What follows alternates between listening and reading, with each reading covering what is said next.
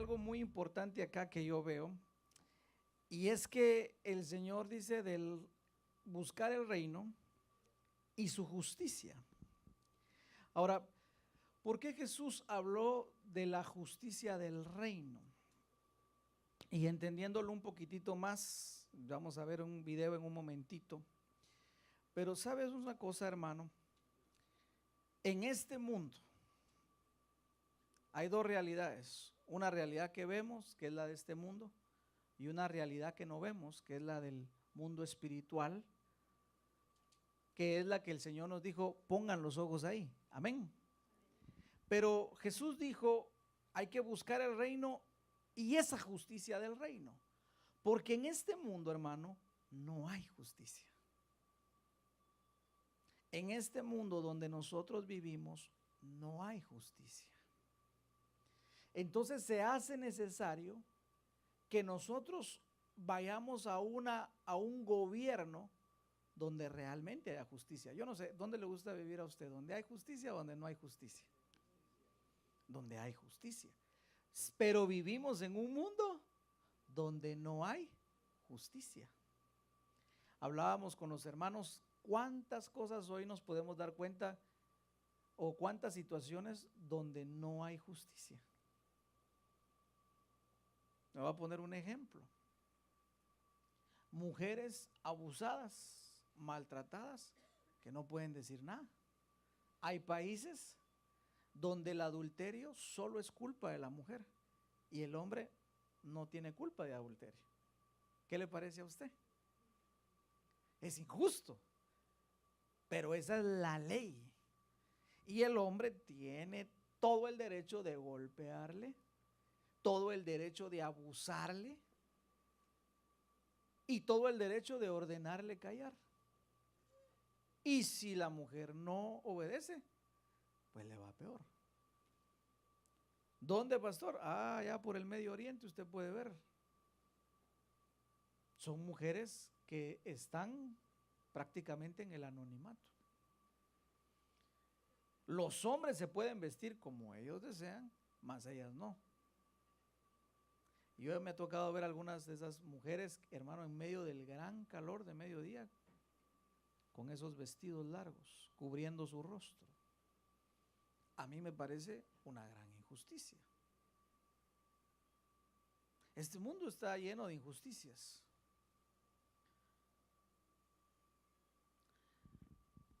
Ahora voy a poner otra. ¿Quiénes son los que más trabajan en este país? ¿Quiénes son los que más trabajan en este país, hermano? ¿Quiénes son los que más trabajan en este país? Ahora yo pregunto, ¿quiénes son los que menos ganan en este país? ¿Será justo? ¿Será justo? No es justo, pero así es. No hay justicia. En este mundo no hay justicia. Por eso Jesús dijo, mi reino, que no es de esta tierra, mi reino, allí sí hay justicia. ¿Cuántos hijos no abusan de sus padres? Hablábamos el viernes. ¿Cuántos ancianos no son abusados por sus propios hijos? Abandonados. Muerden la mano de aquel que les dio de comer. Sin embargo, usted no va a encontrar ningún delito en la ley que prohíba eso. ¿O hay algún delito? No lo hay. Porque este mundo, aunque quiera decir que es justo, no lo es. La distribución de la riqueza está concentrada en unos cuantos y la gran mayoría no. Por favor, no va a decir, pastor, nos va a dar una clase de socialismo. No. Aunque Jesús, le voy a decir una cosa, de allí mucha gente ha tomado el socialismo, porque Jesús dijo, tenían todas las cosas en común, el comunismo, perdón, tener todas las cosas en común. Y ahí alguno escuchó eso y dijo, me gusta la idea de Jesús. Hay gente que dice que Jesús era un revolucionario. Yo sí lo creo, pero no de este mundo. Porque a Jesús no le interesaba este mundo. Cuando Jesús le dio de comer a los 5,000, la gente dijo, ese es nuestro rey. Este es el que estábamos esperando. Y dice que por la fuerza quisieron tomarlo para hacerlo rey. ¿Me está poniendo atención? Póngame aquí atención. No se distraiga. Esto es muy importante. Y cuando lo quisieron poner por la fuerza, ¿qué cree que hizo Jesús? La popularidad de Jesús estaba hasta el tope. Los ratings de Jesús en ese momento, hermano. ¿O no lo querían conocer los reyes, pues? Tráiganme, lo dijo Herodes. Yo quiero conocerlo. Finalmente voy a conocerlo, dijo Herodes. Pero ¿qué dijo Jesús cuando le iban a coronar rey? A mí no me interesa un reino terrenal. Porque él dijo, no os hagáis riquezas en esta tierra donde el orín corrompe, la polilla. Bueno, aquí está todo podrido. Es injusto.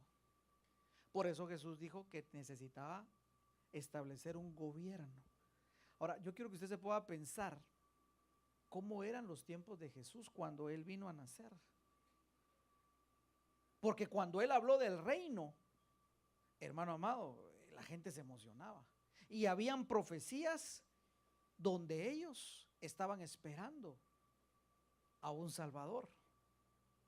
No sé si tenemos el video. Yo quiero que usted mire este video introductorio para que entendamos los tiempos de Jesús y cómo Él vino a manifestarse. Y luego seguimos. Desde el año 64 a.C., esta región formaba parte del Imperio Romano. En toda la zona de Galilea había gran cantidad de extranjeros y se percibían múltiples culturas y costumbres.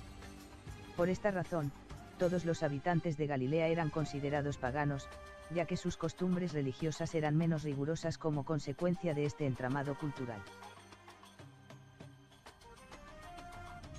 La provincia de Samaria estaba habitada por población de diferente origen. Si bien había en toda la zona una gran mezcla de razas, los samaritanos se consideraban auténticos judíos. Había una gran rivalidad entre esta provincia y la de Judea, ya que a lo largo de los años se habían generado diversas situaciones de conflicto e invasión que habían alimentado la rivalidad. Los samaritanos negaban la importancia religiosa de Jerusalén, y los judíos tomaban a los samaritanos como herejes. En Judea se encuentra la ciudad de Jerusalén, capital de la región y ciudad en la que se encuentra el templo. Jerusalén es una ciudad rodeada de desiertos y por lo tanto, una zona con gran cantidad de pobreza. La importancia de la zona es fundamentalmente religiosa, ya que no tiene ubicación estratégica para el comercio ni las comunicaciones. La tierra estaba en pocas manos. Y por esa razón toda esta zona había sido un lugar de gran convulsión social. Entre el año 57 al año 37 a.C., en tan solo 20 años, había habido 6 revueltas populares en Galilea. El pueblo seguía a cualquiera que le prometiera liberarse del impuesto que Roma había creado desde la invasión al territorio. Cada una de las provincias tenía un gobernador que respondía al Imperio Romano y que, por lo general, ejercían la autoridad reprimiendo con gran violencia cualquier situación que amenazara la estabilidad del orden político. Había gran pobreza y violencia como consecuencia del sistema político y económico en el que se vivía. En cuanto a lo religioso también había grandes conflictos. Toda la población de Palestina era muy creyente, pero no todos comprendían la religiosidad del mismo modo. Había en aquel entonces, diferentes grupos de personas que tenían mucho que ver en la vida religiosa del pueblo. Por un lado encontramos a los saduceos. Este grupo era integrado por las familias sacerdotales dirigentes, los principales comerciantes y las familias más ricas del campo. Era un grupo sumamente elitista, con gran poder económico e influencias políticas. Otro grupo era el de los sacerdotes. Ellos habían organizado al pueblo luego de la invasión babilonia en el año 538 a.C. y desde aquel entonces tenían un poder político y social que persistía aún en tiempos de Jesús. El sacerdocio no era una opción vocacional sino hereditaria. Sin embargo, A partir de la invasión del Imperio Romano, el gobernador tenía la posibilidad de nombrar al sumo sacerdote. Los ancianos aparecen siempre vinculados a los sacerdotes. Sin embargo, la palabra anciano, en el contexto del Evangelio, no necesariamente hace referencia a la edad. Son los jefes de las familias más ricas e influyentes de Jerusalén. Tenían alianzas con el Imperio Romano, pues con ese orden político ellos lograban beneficios económicos. Los fariseos eran un grupo religioso caracterizado por su estricto conocimiento y cumplimiento de la ley. Ellos mismos habían terminado de configurar un código legal que contenía 613 leyes que regulaban la vida y el comportamiento del pueblo. Quienes no cumplían estas normas pasaban automáticamente a ser considerados impuros y, por lo tanto, excluidos de la vida social y religiosa. En la sociedad también había grupos definidos. Por un lado estaban los publicanos o recaudadores de impuestos. En aquel tiempo, los recaudadores no eran empleados del Estado, sino comerciantes que adquirían o compraban el derecho a recaudar impuestos. Pagaban una determinada suma de dinero al imperio, y lo que obtuvieran por encima de esa suma pasaba a ser dinero de su propiedad. Era frecuente que el pueblo hebreo no conociera el sistema romano de recaudación de impuestos, pero tampoco se animaba a reclamar por temor a un castigo violento. Esto llevaba a que hubiera grandes abusos. Los recaudadores no siempre eran gente adinerada. En ocasiones, eran personas pobres que eran contratadas por jefes de las grandes familias de la zona. Sin embargo, quedaban marginados de la vida social y religiosa, pues eran considerados como traidores. Los celotes eran un grupo radicalizado que quería liberar al pueblo hebreo del dominio romano. Querían purificar el templo y la sociedad de la corrupción y las idolatrías. Eran profundamente religiosos, pero en tiempos de Jesús aún no lograban conformar una organización sólida. Eran grupos clandestinos con una sólida ideología religiosa y política que buscaba la liberación de Israel. El pueblo estaba, por lo tanto, a merced de las circunstancias. No existía defensa ni prevención. En caso de una enfermedad, mala cosecha, plaga u otros desastres, nadie lo ayudaba. Era muy sencillo quedar ubicado por fuera de la vida social como consecuencia de alguna inconducta, producto del desconocimiento de la ley, o como consecuencia de la necesidad a causa del agobio económico que el imperio generaba. La necesidad de comer, de vivir, de alimentar a la familia obligaba al pueblo a pagar los impuestos, a comprar mercaderías, a conseguir empleo, a hospedar visitantes. Todo esto debilitaba la identidad religiosa y los llevaba a moverse en los márgenes de la ley hebrea. Los sacerdotes, escribas y fariseos eran los portavoces de la religión oficial. Enseñaban y defendían los valores del templo, la ley y la pureza. Pero la impureza amenazaba por todos lados y la práctica de la religión con sus centenares de leyes y normas se convirtió en un peso que hacía sufrir a la mayoría de la población. En lugar de sentirse con agrado ante Dios, el pueblo se sentía rechazado y pecador. Un gran porcentaje de la población estaba marginado por causas económicas, sociales, étnicas, políticas, religiosas. Se excluía a los extranjeros, a los publicanos, a los soldados, a las prostitutas y pecadores, a los enfermos, a las mujeres, a los campesinos. En un mundo político que vulneraba a las personas, el sistema religioso se encargaba de excluirlos completamente. Este fue el mundo en el que le tocó nacer a Jesús. ¿Qué le parece el mundo que vino a encontrar Jesús? Era un relajo eso, hermano. Era un desorden. Entonces, imagínese usted, los pobres olvidados, los ricos haciéndose más ricos, los sacerdotes corruptos. Si alguien llegaba a querer oración, si no llevaba ofrenda, no se oraba por ellos. Además de eso, los soldados romanos abusaban del pueblo. Por eso nosotros no queremos tener nada con la iglesia romana. Al que tenga oídos, que entienda. Abusaban del pueblo. Entonces, imagínense, yo les decía a los hermanos de Benes, si iba uno del pueblo del Señor y encontraba a un romano, el soldado le podría decir: tienes que ir a mi casa, deja lo que estás haciendo, me traes esto, y regresas. El hombre tenía inmediatamente que dejar lo que tenía que hacer y tenía que atender al soldado romano.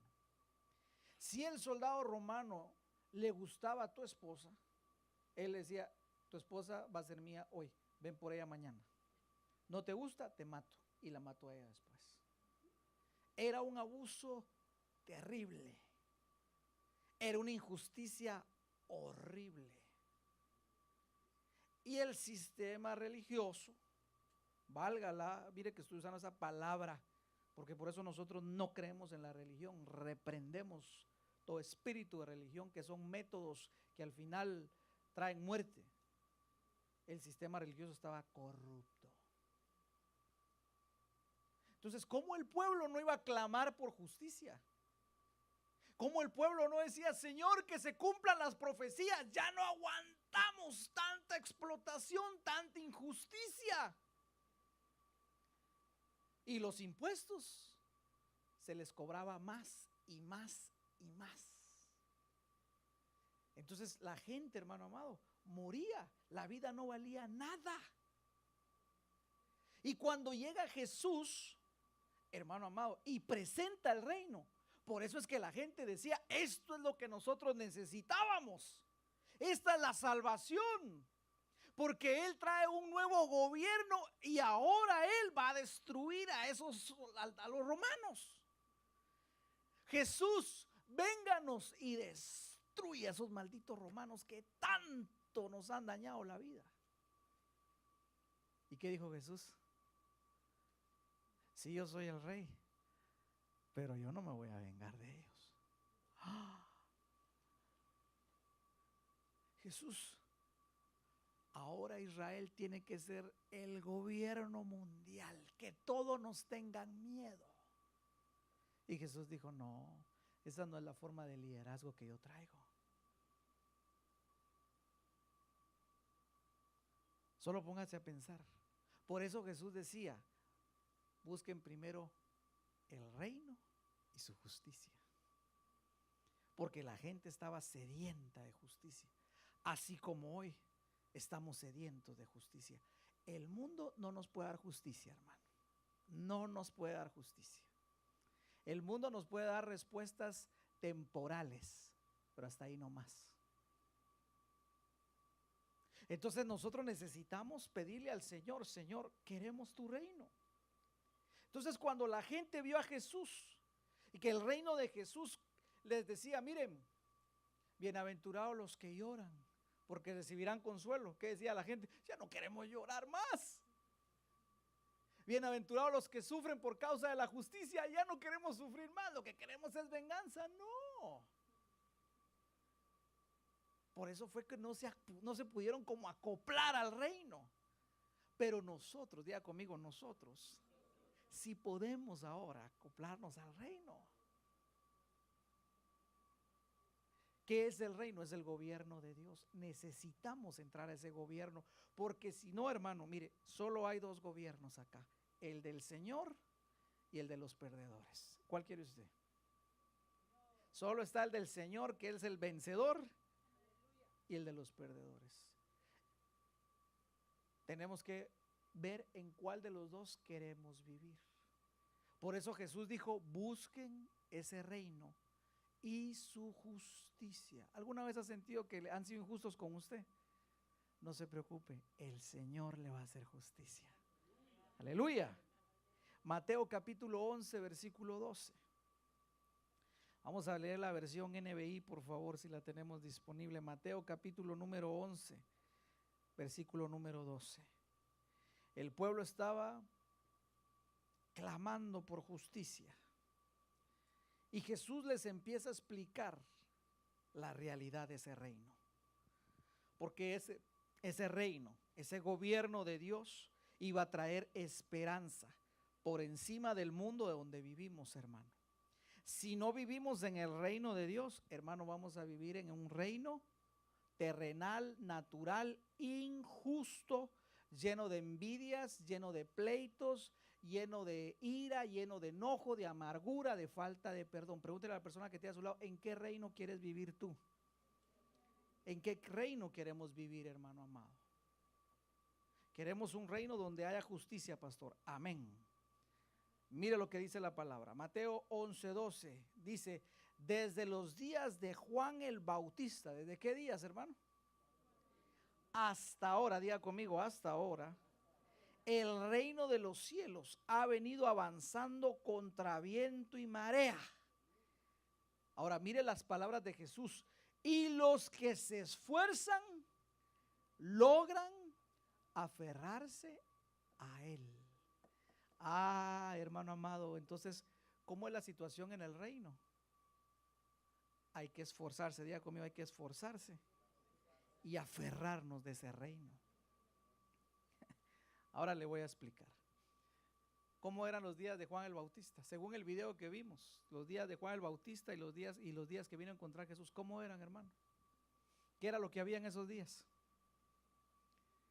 Porque Juan el Bautista, perdón, porque Jesús empieza a decir, desde los días de Juan ya empezó la oposición. Desde los días de Juan ya el mundo empezó a oponerse, el diablo empezó a oponerse al reino de Dios. Porque el diablo sabía que si el pueblo se aferraba al reino iba a ser libre. El diablo sabía que si tú y yo nos aferramos a ese reino, hermano amado, íbamos a ser libres de toda esclavitud. Mire cómo Juan en esos días de Juan empezó a denunciar a los religiosos del pueblo diciéndoles generación de víboras. Mire, desde esos días, cuando Juan se levanta, hermano amado, y empezarles a decir a los religiosos generación de víboras, mire qué insulto más más certero. Pero empezó a haber una lucha, una oposición. Y la gente decía, bueno, así nos dijeron estos señores, pero ahora está Juan el Bautista enseñándonos, preparando el camino, porque acuérdense que Juan el Bautista vino a preparar el camino al Señor. Y Juan el Bautista se levanta y denuncia. Juan el Bautista empieza a decirles, miren señores, el que tenga 2 abrigos, que le dé uno al que no tenga. Y la gente en ese tiempo, como solo pensaba para sí mismo y para acumular, no se acordaban de aquel que necesitaba. Y cuando empiezan a escuchar a Juan los hace recapacitar. De veras, hay que compartir. Mire usted entonces cómo empieza a haber una lucha, una oposición entre todo para mí y poder compartir. Mire cómo el reino de Dios empieza a avanzar y empieza a traer justicia. ¿Cuántos dicen amén? Era una generación egoísta, pero Juan el Bautista empieza, hermano amado, a denunciarlos. Los cobradores de impuestos cobraban más. ¿Y qué era lo que le decía Juan el Bautista? Ya dejen de cobrar de más, cobren lo que es justo. Y aquellos que estaban haciendo trampa en los negocios, trampa con los impuestos, empiezan a escuchar a Juan, dejen ya la injusticia. Hermano amado, entonces hay un choque, hay una oposición entre el reino que está avanzando y el reino de las tinieblas. Por eso dice la palabra que solo los que se esfuerzan pueden entrar a ese reino. Amén. Mire también lo que dice, algo que me llamaba la atención cuando leía a Juan. Juan les enseñó a los soldados, porque como yo les digo, los soldados romanos estaban acostumbrados a robar lo que se les daba la gana. Alguien iba caminando y le decía, me gusta tu corbata, dámela. Me gustan los zapatos, se quedan. Y la gente tenía que entregar sus piezas, hermano. Y si no las entregaba, moría. Era una injusticia terrible. Pero Juan le decía a los soldados romanos, ya dejen de robar, conténtense con su salario. Mire qué tremendo, enderezando el camino para cuando apareciera Jesús. Juan empieza a denunciar la corrupción inmoral. Hermano amado, ¿cómo se llamaba este rey? Herodes. Le quitó la mujer a su hermano. Y ahí andaba Herodes con la mujer de su hermano. Y Juan le dice, esa mujer es prohibida. Estás en adulterio. Ah, hermano, ¿por qué cree que Herodes lo mandó a matar? Porque lo empezó a confrontar. Había un choque, hermano. Y Juan se estaba esforzando. Era valiente. Y Juan por eso, hermano amado, le enderezó el camino al Señor. Hermano amado, habían idolatrías. Por eso él vino a decir, mire, Juan era bien radical, hermano. Por eso yo pienso que si Juan, cuando venga el espíritu de Juan, porque tiene que volver ese mismo espíritu de Elías, ¿se recuerda? Hermano amado, yo creo que si nos cae ese que nos caiga en el nombre de Jesús ese espíritu, ¿sabe cómo nos van a decir? Los cuadrados, hermano. Porque Juan ese era cuadrado, hermano. Mire cómo le dijo, ya está puesta, aquellos que porque se estaban formando los fariseos. Y él les dice, ¿para qué vienen a bautizarse si no traen su corazón arrepentido? Solo vienen a hacer la finta, solo vienen a hacer la pantalla de que hoy muy religioso. Juan, por favor, bautízame. Solo me dejo mis prendas aquí, que no me voy a mojar mucho, Juan, por favor. Y Juan les dice, ¿ustedes a qué vienen? Si este bautizo es para arrepentimiento. Pero si ustedes no traen un corazón arrepentido, señores, ni se vengan a bautizar, generación de víboras. Y después les dice, ya está puesta el hacha en la raíz para, mire, a Juan, hermano amado. Juan no se andaba con cuentos, hermano. Juan no tenía anestesia en la boca, hermano. Ahora, mire esto. Esos días de Jesús eran días de tinieblas. Y fue la primera vez que el Señor vino. A mí se me ocurre que cuando venga el Señor por segunda vez, van a ver las mismas tinieblas que habían en aquel tiempo. ¿Y cuál era la señal? Las injusticias. Por eso acuérdese lo que dice Malaquías, que él iba a enviar a Elías. Y el espíritu de Elías se manifestó en Juan y se tiene que manifestar en nuestros días también.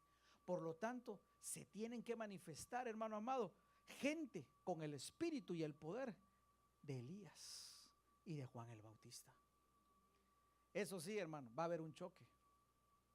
Va a haber un choque porque yo creo que no nos van a aguantar, hermano. Nos van a decir que somos cuadrados, nos van a decir que somos ¿qué? Radicales, nos van a tachar de todo, hermano. Pero hermano, esa es la justicia, ¿o no? Entonces mire pues, Juan 11:12, desde los días de Juan el Bautista hasta ahora, el reino de los cielos ha venido avanzando contra viento y marea. El diablo se está oponiendo, porque el diablo no quiere que la gente viva en el reino. El diablo quiere tener dominada a la gente, hermano. El diablo quiere tener su gobierno sobre las personas, de tal manera que el reino de Dios no avance, de tal manera que la gente deje de creerle al Señor, de tal manera que el gobierno del Señor no venga a nuestras vidas, sino que viva, aunque estemos en la iglesia, pero que vivamos una vida como que no estuviéramos, pues. ¿Me doy a entender, iglesia? Por eso, hermano amado, mire la segunda parte. Y los que se esfuerzan logran aferrarse a él. Otra versión me gusta porque dice el reino de Dios se conquista. Y mire cómo dice la versión que encontré. Y los más decididos son los que se adueñan de él. Entonces mire pues, hermano, vivir en el reino va a ser como una cosa de locos para el mundo, porque el mundo no nos puede entender. El mundo tiene un problema y ¿qué es lo que hace? ¿Qué hace la gente en el mundo cuando tiene un problema, hermano? Le vamos a poner a eso, no serían soluciones, serían nada más como pastillas para calmar el dolor temporalmente, ¿verdad? ¿Cómo le podríamos poner a esa palabra? Porque eso es lo que hace el mundo. Atajos, pero no, es que el mundo no da soluciones. Por ejemplo, cuando alguien está en un problema, le dice, échese un par de tragos. Y usted se va a sentir bien. Se va a olvidar de sus penas, va a estar contento y ahí va a ver que no pasa nada. Y entonces viene, 1, 2, 3, algo temporal. No es una solución, no sé cómo le podríamos decir, porque no es una solución lo que ellos dan. El mundo no soluciona nada, nada más le tapa el ojo al macho. ¿Cómo se diría esa palabra? Solo le tapa el ojo al macho, no sé cómo se diría eso. Solo hace la finta de que va a hacer algo, pero no hace nada. Un calmante temporal. Vamos a ponerle así. El mundo solo da calmantes temporales. Solo hace eso. El reino de Dios trae soluciones eternas, hermano. ¿Ve la diferencia? ¿Cómo soluciona el mundo la soledad? Perdón. ¿Cómo calma el mundo la soledad? ¿O cómo se calma en el mundo la soledad? Bien fácil, pastor. Se consigue uno, alguien ahí para aguantar el frío. Y si es casado, mejor, dicen las malas canciones del mundo, ¿verdad? Son calmantes temporales, pero no son soluciones. ¿Qué más? ¿Qué otros calmantes temporales ofrece el mundo, hermano?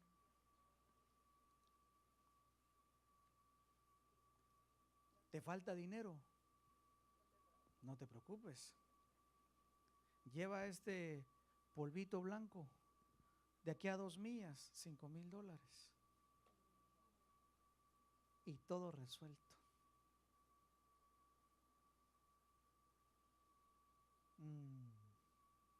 Y al rato habrá que ir a verlo a la cárcel. 15 años, 20 años, 30 años, 40 años, yo qué sé. No soluciones, calmantes temporales. ¿Qué otra? La depresión. ¿Cómo le da el calmante el mundo le da calmante a la depresión? Tome esta pastilla y dejan a la persona sedada. A los que le dicen bipolares, tomes esta pastillita cada 8 horas y la persona vive en onda todas las 24 horas. El día que no que le dicen, es de por vida esta pastilla. El día que no se la tome, así es el mundo. ¿Cuál es el calmante temporal para un pleito en el mundo, hermano? ¿Cuál es el calmante temporal para un pleito en un trabajo? ¿Te cae mal la persona? ¿Cómo dice el mundo? Decirle al jefe, hombre. Decirle lo que no hace. Jefe, mire, y empieza a hablar mal, ¿verdad? Para que el jefe lo corte. Calmantes temporales. Pero el reino, hermano amado, trae soluciones, pero diga conmigo, hay que conquistarlos. Diga, hay que conquistarlo y solo los más decididos se adueñan. ¿Por qué, hermano amado? Porque tú te vas a encontrar que en las situaciones de la vida tú vas a decidir si vivir en el reino de Dios, en el gobierno, bajo la autoridad de Dios, o vivir bajo el gobierno de la autoridad del enemigo. Cuando usted está en una enfermedad, usted tiene que decidir si creerle a Dios o no creerle a Dios. ¿Me doy a entender? ¿Aló? Pregunto yo, en el reino de Dios, ¿habrá pobreza? ¿Habrá miseria? ¿Habrá amargura? ¿Falta de perdón? ¿Habrá pleitos allá en el cielo, hermano amado? ¿Habrá envidias? Solo mire cómo es la manera del reino. Y ese reino tenemos que traerlo a nuestro corazón. Amén. Entonces, hermano amado, necesitamos luchar por el reino. Mire lo que dice la palabra del Señor, Mateo 12:28. A esto le llamo yo, hermano amado, que es el tiempo de ser agresivos y esforzarnos por aferrarnos al reino, hermano. Jesús venía de sanar a un endemoniado, ciego y mudo. Y la gente empezó a decir, es que lo que pasa es que ese demonios tiene. Por Belcebú es que echa fuera a los demonios. Mira lo que dice la palabra. Pero si yo expulso los demonios por el Espíritu de Dios, entonces el reino de Dios ha llegado a vosotros. ¿Cuál es la característica de que el reino ha llegado a nosotros, hermano? ¿Cuál es la característica de que el reino de Dios ha llegado a nosotros? Expulsar a aquellos que no pertenecen al reino de Dios. Libertad, sanidad, paz. Ahora, mire qué tremendo, porque cuando la gente empezó a ver lo que hacía Jesús, no miraban el milagro, sino querían echarle tierra a Jesús. Pero Jesús sí les dijo, la señal del reino es que los demonios sí existen y se tienen que ir fuera. Es una realidad. Hermano amado, yo quiero decirte algo. Muchas veces hay realidades que nosotros no podemos avanzar porque, como vimos anteriormente, hay oposición. Y el enemigo se quiere oponer y el enemigo no nos quiere dejar avanzar. Hermano, lo que tenemos que hacer es ordenarle a esas fuerzas demoníacas que se retiren en el nombre de Jesús. Porque la palabra dice que nuestra lucha no es contra sangre y carne, no es contra humanos, sino contra ¿quién es nuestra lucha? Contra potestades. ¿Qué más? O sea, la lucha es espiritual. ¿Cómo es la lucha? Espiritual. Entonces no podemos resolver un problema en el área espiritual, resolverlo con nuestras fuerzas naturales, pues.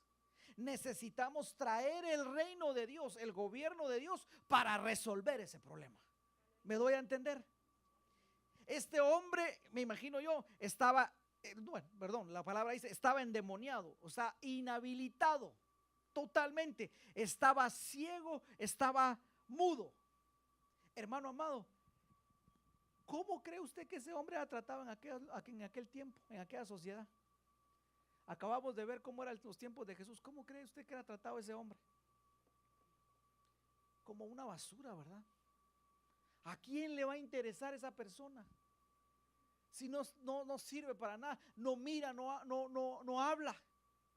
Pero Jesús, hermano amado, sí se interesó por aquel que estaba bajo el dominio de Satanás, llegó en el reino, lo liberta, hermano amado, y ese hombre empieza a ser libre, empieza a ver, empieza a hablar. ¿Cuántos dicen amén? Eso es lo que nosotros tenemos que traer a esta tierra, hermano amado.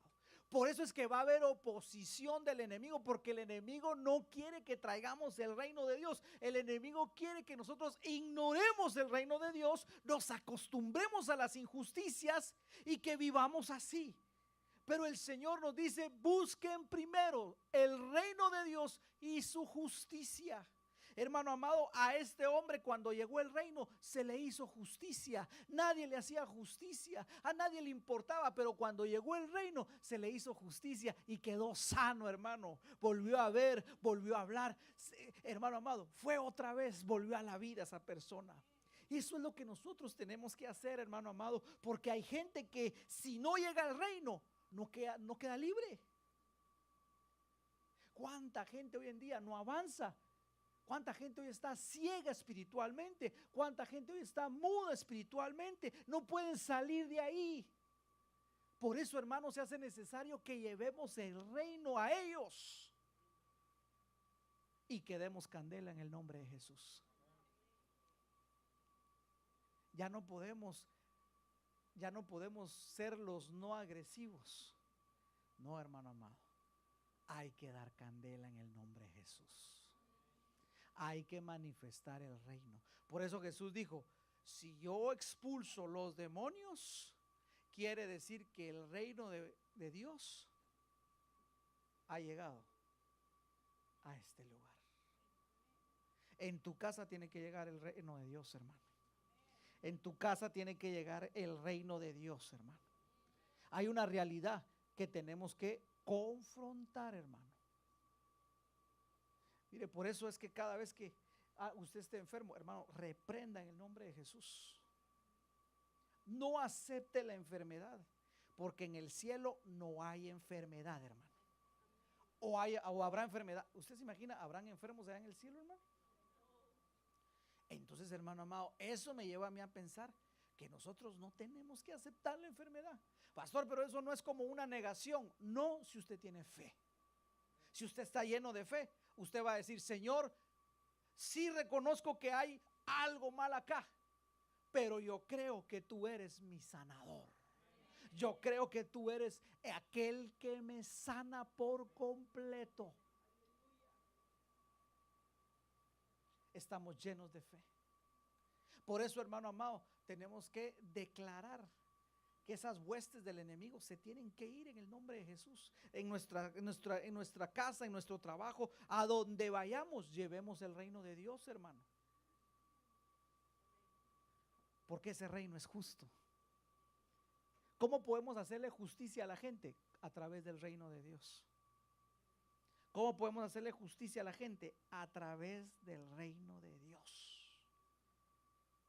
Hermano amado, yo le decía a los hermanos en Benes, cuando Daniel se puso a interceder por su pueblo pidiéndole revelación, el ángel se apareció y le dijo: amado Daniel, o muy amado, desde que dispusiste humillar tu corazón, tu petición fue oída.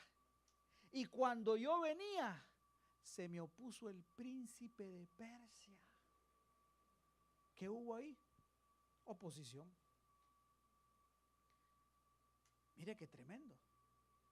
Ahí están los principados que leíamos en Efesios capítulo 6, que vimos en Efesios 6. Y empezó a haber una lucha espiritual. Daniel estaba orando, pero arriba de él, hermano, estaban sonando los golpes espirituales. Pero diga conmigo: mayor es el que está conmigo que el que está en el mundo. Así tenemos que pelear nosotros, hermano. Hay mucha gente que está sufriendo, necesitamos llevar el reino. Hay mucha gente que está enferma, necesitamos llevar el reino. Hay mucha gente que no puede ver, necesitamos llevar el reino. Hay mucha gente que no puede hablar, necesitamos llevar el reino. Necesitamos caminar en el orden de Dios. Necesitamos ser agresivos. Mire, Jesús, cuando lo sana, no se puso Jesús: vamos a ver si te quieres ir. Por favor, ¿quieres irte? No. Eso fue algo violento. ¿Cómo cree que fue ese momento cuando Jesús le da candela a este hombre y lo libera? ¿Cómo cree, cómo espiritualmente hablando, imagínense, ponga sus lentes espirituales, cómo cree que fue ese momento? Por eso dice que el reino de Dios sufre violencia. ¿Cómo, pastor? ¿Cómo cree que cuando llegó Jesús, cómo cree que hicieron esos demonios? ¿Será que se fueron así de fácil? Empezaban a hablar y Jesús les decía: cállate. Hermano amado, cuando fueron con el endemoniado gadareno, Jesús iba bajando y él aparece y le dice: ¿qué tienes contra nosotros? Ni siquiera había llegado Jesús y ya estaba brincando el otro. Es que eso es algo violento. ¿Por qué? Porque si tiene tanto tiempo imagínense esa persona, ese hombre que haya tenido 30 años amargado, a ese hombre que haya tenido 20 años con una enfermedad. Mira aquel hombre, ¿cómo se llama? El del tanque apostólico, ¿cómo se llama? El que tenía 5 pórticos. ¿Cuántos años tenía ese hombre de estar enfermo? Me parece 38 años era. Hermano, tenía 38 años. Y cuando Jesús le dice: ¿qué quieres que haga por ti? Ya el hombre estaba tan acostumbrado a la vida miserable, a la enfermedad, que él solo decía, es que yo cuando voy por allá trato de acercarme y otro me gana. ¿Qué quieres que haga por ti? Y es que lo que pasa es que no llego y no alcanzo. ¿Qué quieres que haga por ti? Es que no puedo llegar hasta allá. Hasta que Jesús dice, no hombre, hay que darle de una vez. En el nombre de Jesús, levántate. Es que hay gente que se quedó deshabilitada de una vez, hermano, porque se han acostumbrado a un tipo de vida, hermano, con la bota puesta, miserable. Se hace entonces necesario que llegue nuestro héroe, nuestro Rey de Reyes, y traiga su gobierno, su reino, y aplaste a las tinieblas. Entonces imagínense, los demonios, hermano, tienen que alegar. Y pueden decir, esta ha sido mi casa por 15 años, por 10 años. ¿Puedo enfermar a esta persona? Si me acepta. Hay gente que dice, no, es que yo acepto vivir así, pues eso es mi realidad, pastor. No es tu realidad. No es tu realidad. Es que yo soy realista, sí. Pero así como existe el diablo, existe uno más poderoso que es el Rey de Reyes y Señor de Señores, hermano. Y no hay nada imposible para él. Por eso Jesús dijo, cuando yo expulso a esos demonios, es por el Espíritu de Dios. Y eso quiere decir que el reino de los cielos ha llegado a vosotros. Hermano amado, tenemos que manifestar ese reino. No podemos seguir, hermano, haciéndonos de la vista gorda. No, tú tienes el poder. Tú tienes la autoridad porque vives en el reino. ¿Cuántos ciudadanos del reino hay acá? ¿Cuántos ciudadanos del reino hay acá? Hermano amado, hay que manifestar ese reino. ¿Y quién puede contra ese reino, hermano? ¿Quién puede? ¿Quién se puede oponer a ese reino? Satanás puede mandar a 1, 2, 3 ahí y puede hacer ahí un relajo, pero hermanos, se terminan yendo. No pueden hacer nada. Y le voy a decir una cosa, muchos, quizá algunos de nosotros o muchos, hemos sido en algún momento, sufrido esa oposición, como que queremos dar un cambio y como que algo nos detiene, como que queremos avanzar y como que algo nos agarra. Hermano, tenemos que sacudirnos eso en el nombre de Jesús. Si nosotros hemos sido llamados a ser libres, nosotros hemos sido llamados a ser libres. Por eso dice la palabra, si el Hijo os libertare, seréis verdaderamente libres. Entonces en el reino de Dios, hermano, se vive libre. Ya no vivimos atados, hermano.